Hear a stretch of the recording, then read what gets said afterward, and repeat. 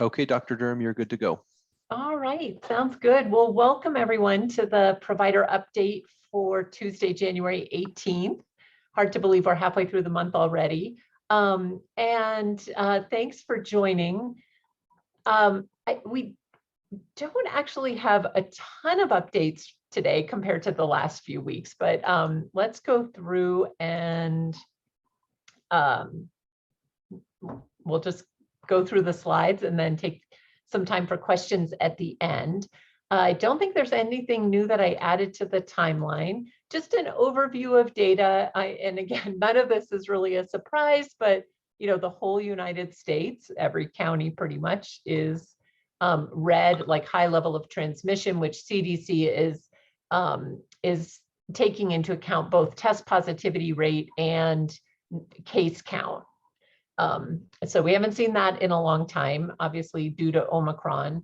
This is New Mexico specific from the COVID Act Now website. So just, we sort of saw those case counts last week, and even starting the week before, just skyrocket, sort of the Omicron is here line. And similarly, our infection rate, the R effective, also went up. Every time there's a holiday, it's a little hard to tell what's happening. Is it a drop off because of the holiday or a real drop off? So we'll need, a few days this week to really figure out. There's sort of this hint that maybe it's leveling off the infection rate. It looks like for most places, it's about, 4 weeks of that line continuing straight upwards. And, we're maybe at about 2.5. So sort of anticipating more to come. This is just, again, New Mexico specific data from January 10th, though. It gets updated every Tuesday and wasn't updated at the this morning when I was putting this slide together, but that even last week we were having kind of a spike. This is hospitalizations. I think the current conversation, excuse me, it's just about Omicron and its virulence. Sometimes it is hard to remember. It does overall seem like more transmissible, maybe less virulent, but just the vast number of cases is still overloading hospitals. So we can see that the curve, again, is skyrocketing for hospitalizations. This I thought was interesting. This is national data on pediatric hospitalizations. And again, the rates per 100,000 aren't huge, but really this unvaccinated group, the 0 to 4-year-olds, having quite a spike in response to Omicron. And then the next highest is 12 to 17-year-olds, and the next 5 to 11, which is a little curious just because 5 to 11-year-old overall as a group are less vaccinated. Pediatric hospitalizations, again, New Mexico specific data from last week's report. It will be updated today. And we see the same 0 to 4-year-old spike. Again, the numbers are really small. So even on this report, it does kind of warn not to make too much of it because the numbers are small, but I thought it was interesting that we were seeing some of that as well. This is cases per day against test positivity. No surprises there. The maybe silver lining here is, we had seen quite a downtrend in overall vaccines over the holidays and even the week following. It looks like a little bit of an upturn. This is usually what happens when cases go up. So we were, a little bit surprised and disappointed that we hadn't seen more of an uptick. So, we'll continue to follow that and see if the numbers go up. But I think anecdotally, what we're seeing at our DOH sites is kind of a leveling off of numbers. For Department of Health websites, I did want to just point out that the policies for the prevention and control of COVID-19 in New Mexico is kind of it goes through isolation and quarantine and does continue to get updated. Last week, we presented an update. It got updated midweek, January 13th, mid last week, because for For kids in school, PED and the Department of Health adopted the 5-day quarantine and isolation for kids as well. So this nice table did get updated here in the green from, it had previously said 10 days instead of 5. We've gone over this, just always have to put a plug for our Swiss cheese slide. The more layers you put between you and COVID, the better. On vaccine updates, I think the thing that kind of came to light last week is just that the first group that got that third additional primary dose, the the immune compromised group, and that started on August 13th, they are now coming due for a regular booster. And that's partly because the booster timeframe got shortened to 5 months. So the RTS app does allow for scheduling for this group, but just to, kind of have it in your heads that we will start to see this group, or hopefully we'll start to see this group come in for booster doses. In this case, while the additional primary dose is supposed to be the same vaccine brand that the first 2 doses were, that the booster now just follows the regular booster rule. So it can be any brand. It will be the half dose Moderna, and it is at 5 months. So that's kind of, and all the rest of them we went over last week. Partly this new language of up to date means getting all the doses that you're eligible for. So, I think some of the guidance around like people who have a booster, well, not everyone's eligible for a booster. So if you've done all that you can do, you fall into one group. If you haven't gotten the doses that you're eligible for, you fall into another group in terms of quarantine. So kids 12 to 15-year-old, again, I think covered this last week, they're eligible for the Pfizer booster also at 5 months. And that's also including a 4th dose for, sorry, bad language here, but for immunocompromised people when it comes time. Moderna and Pfizer booster interval both changed to the 5 months from completion of the primary series. And immune compromised children ages 5 to 11 are now recommended to get the 3rd primary dose 28 days from the 2nd dose. But interestingly, I mean, there is not currently a booster dose recommendation for that group. So stay tuned. I'm sure that will be likely to come. The other topic that came up and has changed, and we didn't cover last week, is vaccines given outside of the United States. And thank you to Carol Thornton for sort of revisiting this question with me. We've talked on this call quite a bit about it, and the new guidance, interestingly, is that if you've had a WHO approved but not FDA approved vaccine, you don't have to restart the primary vaccination series. So it used to say that you did start just restart the vaccination series. But now you just give that, you can give a Pfizer dose as the second. So if you've had one AstraZeneca, 28 days later, you can get a Pfizer dose, and then you are considered fully vaccinated, 14 days after that.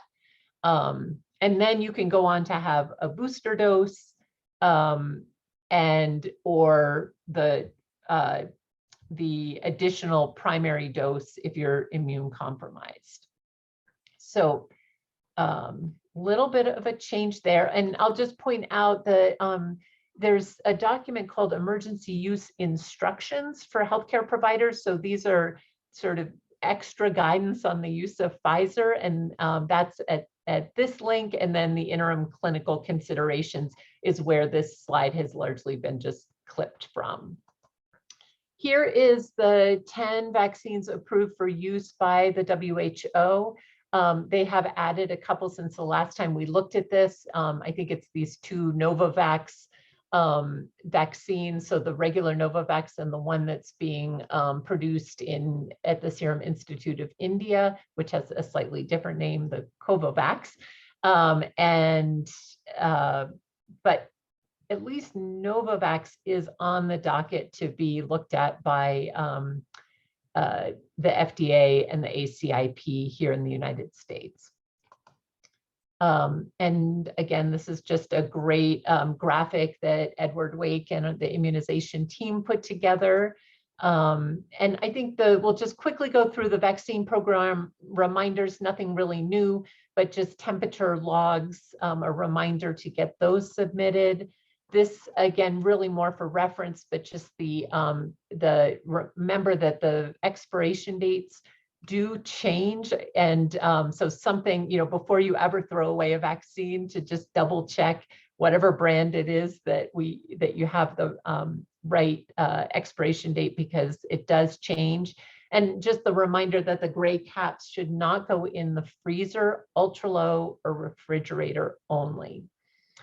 And then the QR codes, and I hate to say, I still didn't actually try this myself, but meant to.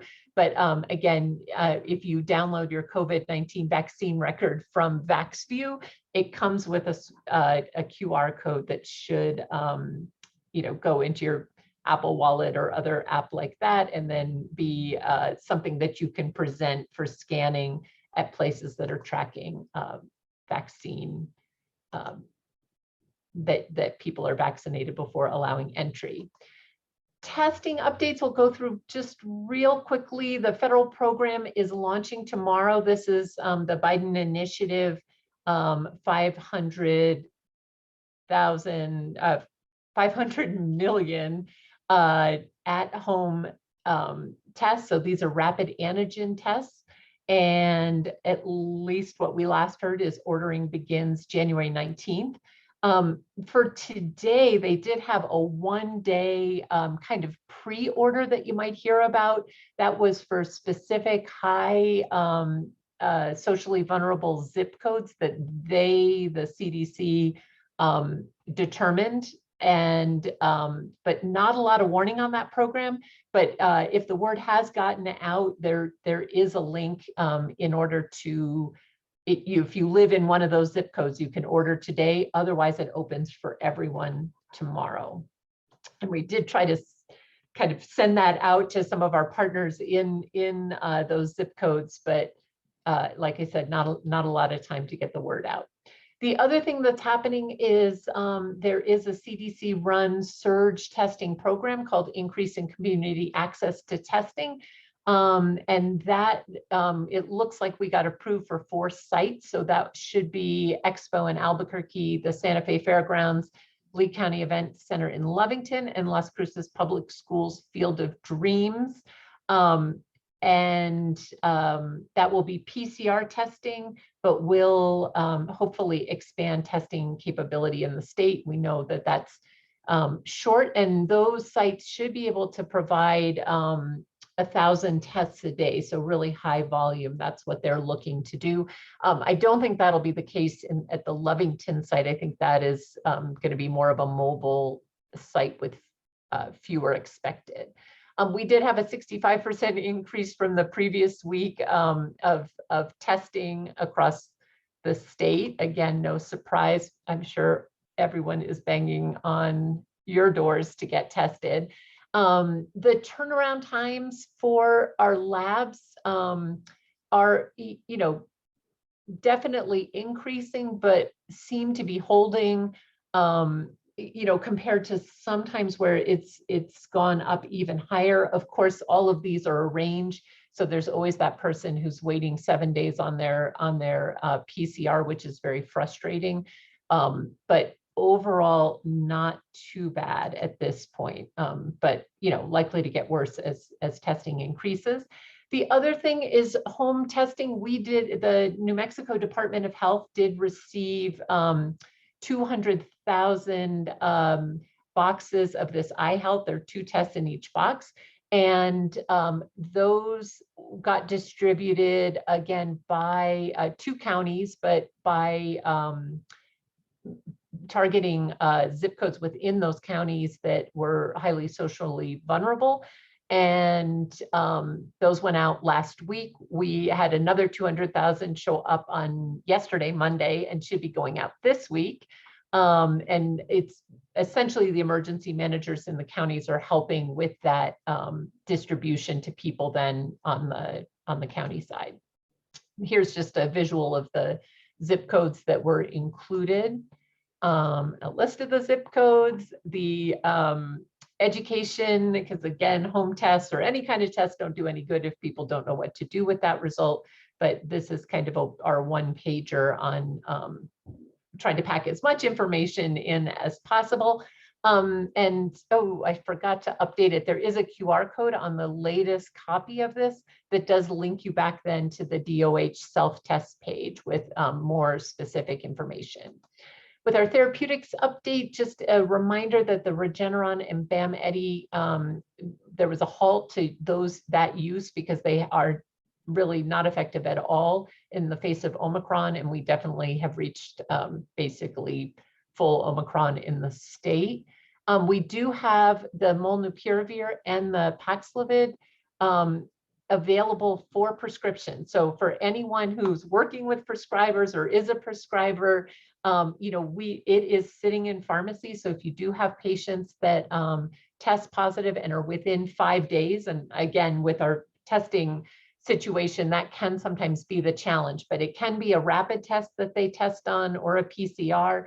And if they are high risk, so we're using this OMAS score, which I think is on the next slide. And you need a OMAS score of 3 for molnupiravir and for 6 for Paxlovid, but send that prescription in to Walgreens. And again, here is the main, you know, when in doubt, this Walgreens will ship to patients across the state. So that is kind of a best bet. There are a few local places that people can go, and one Walgreens that's actually out of stock. You can track it here on our website, you know, which stores have it and which don't. But again, the majority of at least the Paxlovid supply is here at this community Walgreens that is willing and ready to ship overnight. And again, billing, it's free for the patient. Pharmacies can bill a dispensing fee. If someone doesn't have insurance, then they can bill that dispensing fee. Pharmacies can bill the dispensing fee to the HRSA Cares program, just like vaccines and testing. So that is it for me, an update. So I'm going to stop sharing and see if there's any questions.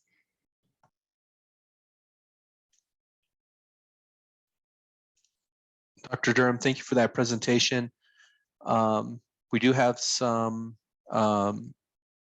questions in the chat. I would just encourage providers, if you all have questions, feel free to jot them down in the chat, raise your hand, just come on off of mute and ask the questions as you need to. Carol actually clarifies that the Lee County site is in Hobbs. So just point of clarification. And then Cindy writes. And that's for the ICAP program, right? Thank you. Correct. Sorry, I always mix those two up. Cindy Howell writes, are the home tests going out to the identified zip codes in PO boxes? So I guess, Cindy, are you asking about the Biden program or the Department of Health program? Because I think, so for Department of Health, it is not a mail order program. It is basically sort of sending them to the emergency managers in the counties and having them work with community partners to get it distributed. So kind of more of a, like, I guess, grassroots, we've heard, you know, and really wanting to leave it up to communities to some extent to do what they think works best in their community. So we've heard from, you know, one county that was going to distribute some to homebound patients through Meals on Wheels. We've heard from another county that's planning on doing just a big drive-through in one of the designated zip codes and getting community partners to help with passing them out. So anyway, it's kind of a mishmash of plans. The Biden one will be mail out. And we also are talking to, it'll be a much more limited program, but the Rockefeller Foundation is going to fund us to do another 175,000 tests that will be directed at high SVI zip codes. So we just met with them this morning and might be up and running in another week. So there's kind of a lot of different rapid test programs out there. Hopefully that answered the question, but please pipe in if not. So Cindy, I hope if you have any other questions, okay, she clarifies DOH. If you need any other clarification, just let us know. Where the slides can be found, let me drop that chat in here.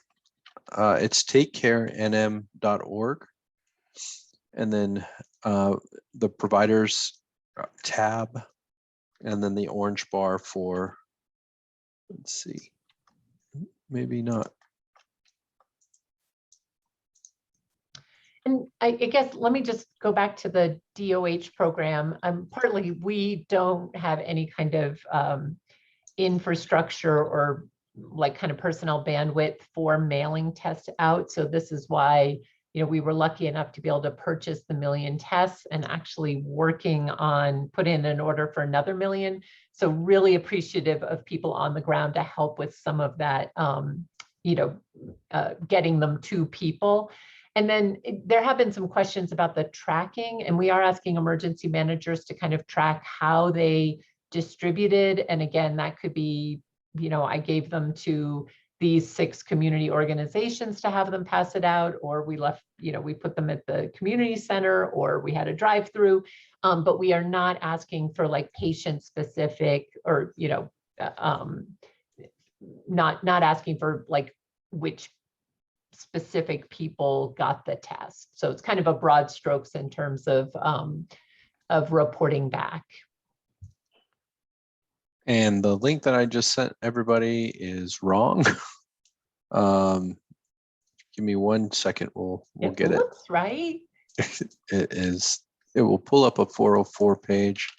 Oh. Okay, here's the page.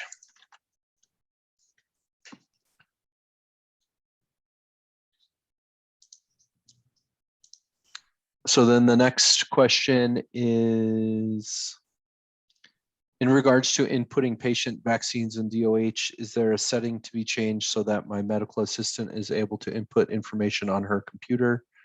We are unable to access the system on her work computer. However, I, as a provider, am able to access on my work computer. Suzette, that might be a question for your IT group. Are you guys using, is this for NIMSIS or is this for vaccinenm.org? So it's for vaccinenm.org, Chris. Okay, so it might just be either a firewall is blocking it or something. If you can access it, it sounds like there's a local problem with that person's computer. If she wants to give me a call, I can try and do a little bit of tech support to help her get it up and running. Okay, perfect. Thank you so much. Mm-hmm.